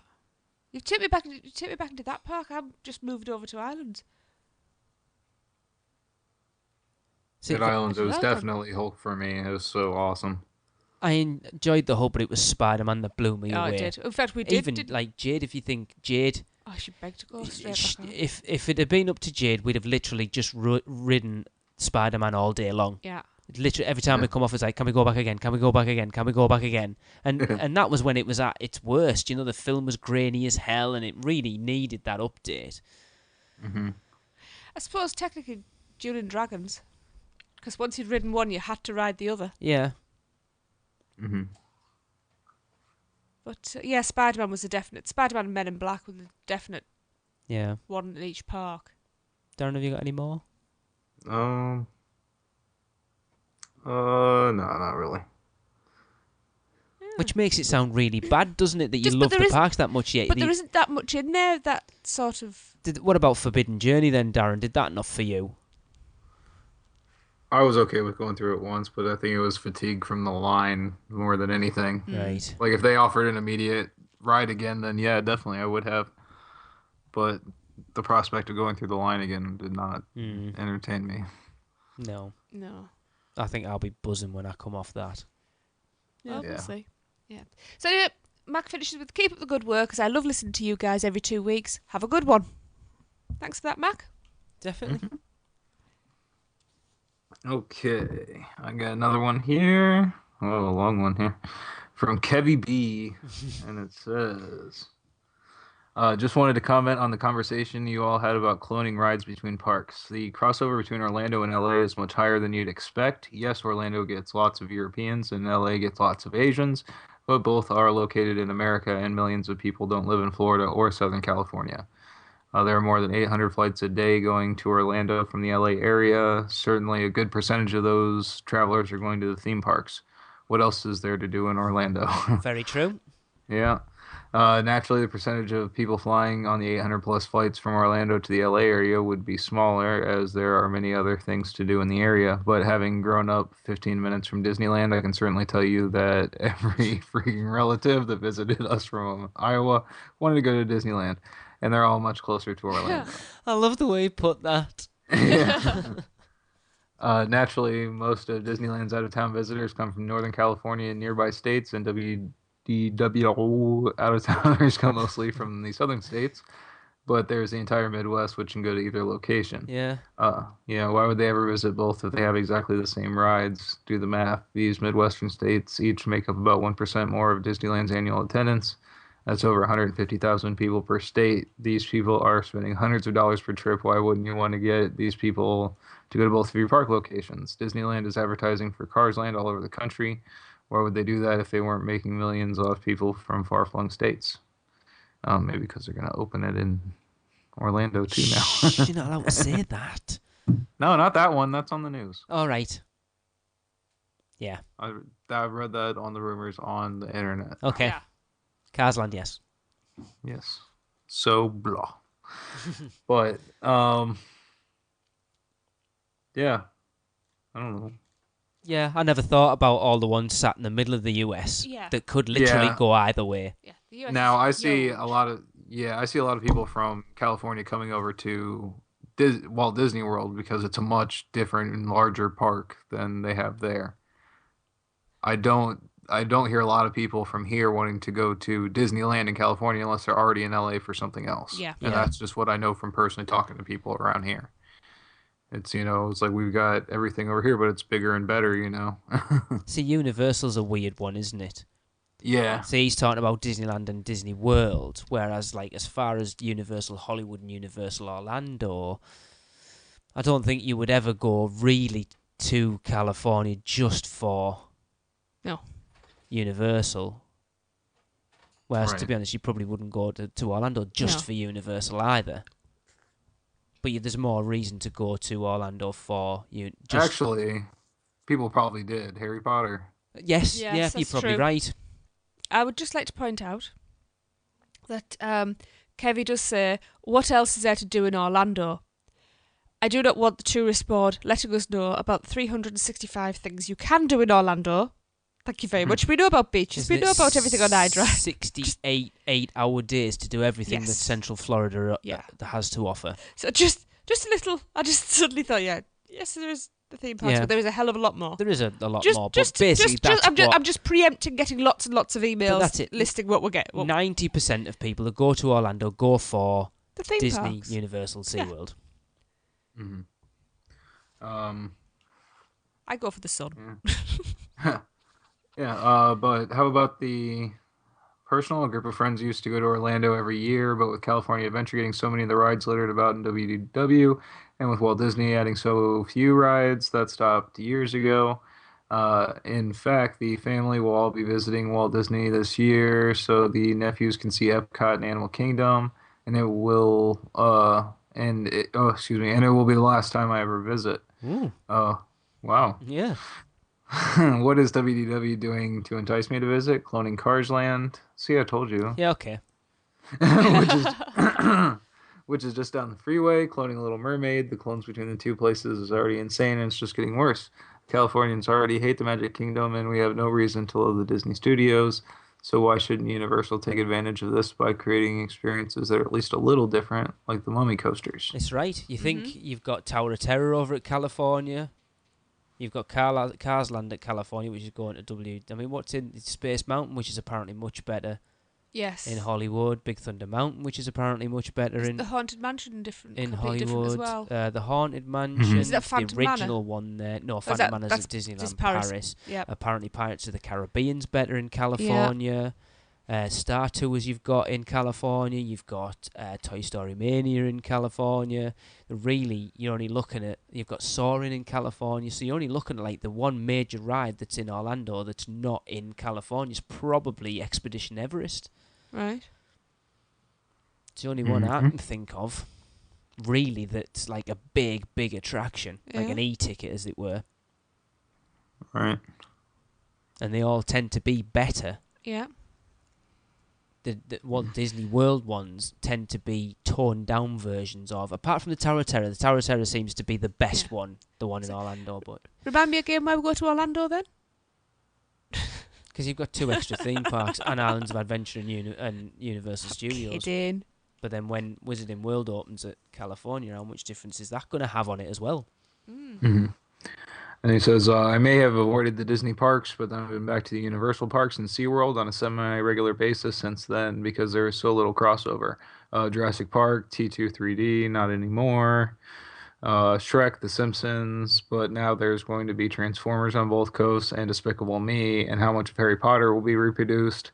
The parks are still all quite different from each other, and I agree that the biggies do need to be in multiple locations. But at what point does all the cloning turn into more than 800 flights a day into less than 800 flights a day? How many people who have flown cross country to see Harry Potter stuff will bother once it shows up on the West Coast? I think the Potter stuff is still, even whatever they do put in Universal Hollywood, compared to the experience you're going to have with Diagon Alley and Hogwarts and it being joined, it's going to be a completely different experience for whatever they can do at Hollywood. Yeah, I think in Hollywood you're going to get, more of like a Harry Potter facade as compared to like a total immersive experience. Yeah. So. Great email, though. Yeah. Yeah. Wow. Definitely. Right. I've got the last one, but we have got another one. But Craig, I promise you, right, we're going to hold it off to the next one because we've been going nearly 2 hours now. We have just got it while recording. So we're gonna save that one to the next one so we can get in depth. I'd like time to digest that and think about it. Rather than rattle through it. I haven't had even a chance to read it yet. So Craig, we will listen to it. Promise. Or read it, sorry, and then talk about it. Anyway, this one is from Sean. And he says, "Hey guys, I'm a big fan of the show and I really enjoy what you bring to the table in the sea of Disney podcasts. It's fresh, informative and fun experience I look forward to with the release of each new episode. I was wondering what your first impressions of UUO were. I went for the first time 10 years ago during 2003 with my father and my younger brother Ryan. The very first thing we did upon arrival was head to the very back of Universal to ride Men in Black. I remember entering the queue and being amazed at the theming and the total immersion that I had never experienced before. I remembered thinking how different this was from any other theme park I had visited. something I couldn't experience anywhere else. I will never forget those first impressions. That being said, I'd love to hear what your first impressions and experiences were at the Universal Orlando Resort. Keep up the awesome work on the show. Sean. Now, I think I emailed Sean back and I said we kind of discussed this on our 2-year anniversary show, but we can still just jump into it a little bit. And like Darren, your first experience was like a lot longer ago than ours. Yep, in 1993. I was 10 years old going there for the first time, so I was super excited because they had everything that was incredibly awesome to me at the time there. Nickelodeon Studios, Ghostbusters, just everything. It was great. So it was awesome, and it wasn't the UO Resort at that time. It was just Universal Studios. Yep. Which I find so weird to try and imagine it without the big parking lot and without Islands of Adventure and without City Walk as it is. I can't imagine how it was. Yeah, just take that small strip of City Walk, and that was the smaller parking lot because it wasn't even that big, the parking lot there, compared to what it is now. Yeah. The parking garage that's there now. I mean, it was, parking across the street, and you took a little tram across the street and went in like Busch Gardens. So it was a very different experience, but it was very cool. I think we went to Universal first, so that was my first real theme park experience as well. So nothing worked. Yeah. Nothing worked right, but I didn't even, like that. I know that now in retrospect, but as a kid, it was like, oh, whatever, that one's down. We've got all of this to do. Yeah. Yeah. So, yeah. Cool. Yeah. Go on, Mrs. You can talk about ours. I always ramble on about it. So, I should get to speak. Hey. Well, we were absolutely blown away by it, weren't we? I think what surprised us, though, was we were expecting to be absolutely, completely in awe of Studios. Yeah. And it was Islands of Adventure that stole our hearts immediately. Yeah. You know, within which really an hour, I'd surprised us. fallen in love with that park. Yeah. And I think we walked around Islands of Adventure that first time, dragging our jaws along the floor. Because it was just, literally, it was just everywhere you looked, wasn't it? It was just so immersive and... Just wow. like nothing we'd experienced anywhere nothing. else. I don't think we have anything like that here, do we? Not with that level of theme. I mean, we've been to a few Disney parks at that point, but it was Islands of Adventure was just far beyond anything Disney had done at that point. For me, it was the colours and the energy, and it just carried you round. Yeah, and absolutely loved it. Yeah, definitely. The thing I noticed first about Islands of Adventure is that, as opposed to like the Magic Kingdom, when you're standing in the Magic Kingdom, at some points you could be standing in one spot and looking into 3 different lands. You know what I mean? Yeah. Like the theming becomes very apparent, and you can see those seams. But at Islands of Adventure, I never really noticed that. And that was the biggest thing, is like they made the transition so great to go from one place to the other that everything just blends perfectly. I think, and you don't like stand, like, and the areas are so expansive too, and themed so well that you don't stand there at one spot and go, oh, I see that other part over there. Yeah. You know? I think that's changed a little bit now with Hogwarts being as above everything now, hasn't it? A little bit, but definitely as it used to be. True, yeah, but I mean that is still in the back of the park, so you see it from a couple of different lands. But like if you're in Marvel area, you don't see it at all. Yeah, no. I've got to say though, I still get a thrill out of being stood saying Toon Lagoon, looking across and seeing Mythos, and you know, I love. I don't know. I love how much there is to look at. Oh yeah, it's definitely a park you can enjoy without riding anything. Yeah, and you can find something new every time, and. Well, you know me with look up, look around, listen. People don't do it enough. Listen is the biggest one, I think. Listen. And there's still plenty of stuff that we haven't done. There is. And I intend to put that right in August. Yep. And, riding Men in Black for the first time, it was like I came off giddy. There's that competitive edge. I don't think I'd ever get bored of that ride.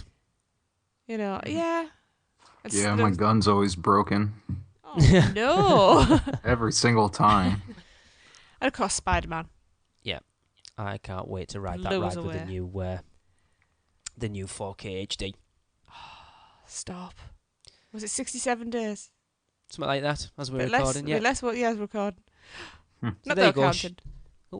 Pardon? What did you say? I said not that we're counting No. much. Well, there you go, Sean. That was a brief rundown. If you want to know our proper thoughts, we went into it in quite some detail with Eric on is it 56 or 55? Whatever our 2-year anniversary show was, if you go back, we talked about it quite a lot on there. So I think that'll do it for our emails. As I say, we've got one more, but we'll save that for next show. Yeah. I'm sure Craig will forgive us. But if you want to send us an email, we love to get them in. You can contact us at podcast@uuopodcast.com. And that's going to wrap up episode 58. So thanks for listening. Thanks for emailing in. Get through the bump. Don't forget, you can check out our theme tune composer's podcast, Anything Ghost, and also he does his own music, which you can listen to and buy on iTunes. So go and check that out. Just search for Lex Wall. That's LEXWAHL on iTunes. And also some of the other music you might have heard in the show is from Hadley's Hope. Their stuff's on iTunes as well, so just search Hadley's Hope and you can catch them playing live in Orlando at the Back Booth on West Pine Street on Thursday, June the 20th. So if you do go and you get to talk to them, tell them you heard about them because you heard about them on us, about on the show, talking here. You heard about them from listening to us. So you're still off your tits then? It's been a long bloody night. Don't forget, we'd love to get some interaction over on the Mice Chat forums. So always look for there. If you go on, there'll be a thread on the Universal Studios Florida forum entitled Unofficial Universal Orlando Podcast Episode 58 Discussion. We get your thoughts on the show and stuff. But get yourself over there. Let's start getting. We want to build those forums up a lot. Yes. Start getting a real community going. So, but before we finish off, I kind of alluded to this at the beginning. Things are going to change slightly over the next few shows. The next one's going to be coming out as normal, which will be on the 20th of June. I've actually changed it because it's actually going to come out on Thursday the 20th. I always say Friday and it doesn't because I always put it out on Thursday anyway. Mm-hmm. And that'll probably be just the news and Craig's email. Yes. We will then have another show up a week after that, or hopefully earlier, because we will have someone in attendance at the grand opening of the new Transformers The Ride 3D attraction at Universal. So we're going to focus a special show specifically on the opening of that attraction. All fingers crossed it will be Darren. Mm-hmm. And then we're going to be going every 2 weeks after that. So instead of being... It's going to be like from now, normally it's going to be like the opposite weeks from then on, if that makes sense. Right. Because we're going to have like 2 weeks and then a week and then it'll be 2 weeks after that, rather than the next show coming out a week after that one. That's a lot of hard work. Just check your feed all the time. We'll be there and we'll be posting it on Facebook and Twitter and stuff. So if you're on our Facebook page or you follow us on Twitter or Instagram or whatever, we'll post stuff on there. Yeah. So until then, it's goodbye from me. It's farewell, fellow adventurers. And it's good night, Springfield, from me. And so the battle continues, and once again, I find I owe my son's life to the heroic actions of a machine, a Terminator. Well, that just about does it for another unofficial Universal Orlando podcast. We'd love for you to get in touch. So follow us all on Twitter at UUO Podcast, at UUOP Tracy, at UUOP Darren, and at UUOP Eric. Like our Facebook page at facebook.com/unofficial Universal Podcast. Follow us on Instagram by searching UUO Podcast, and subscribe to our YouTube page at youtube.com/UUO Podcast. Don't miss a show by subscribing to us on iTunes, and while you're there, please leave us a review. Not an Apple user? No problem. Just find the show at uuopodcast.libsyn.com and subscribe to the feed while you're there. Send us your spews, funny schmits, live reports, and any other comments at podcast@uuopodcast.com. And come find us on the forums and say hello at our partner site, micechat.com. So thanks for listening, and until next time, remember, live the adventure. This has been a MicePod.com presentation. And a special little message just going out to Gabriel Berry. Now, I understand it was your birthday a few days ago, so the guys here at Unofficial Universal Orlando Podcast would just like to wish you a belated, very happy birthday for then. We hope you had a lovely day and got lots and lots of lovely presents. It wasn't a few days ago, it was May the 24th. Was it? Yeah. There you go. That was only a few days ago. Can we sing then? So, yep. Happy birthday to you. Happy birthday to you. Happy birthday, dear Gabriel.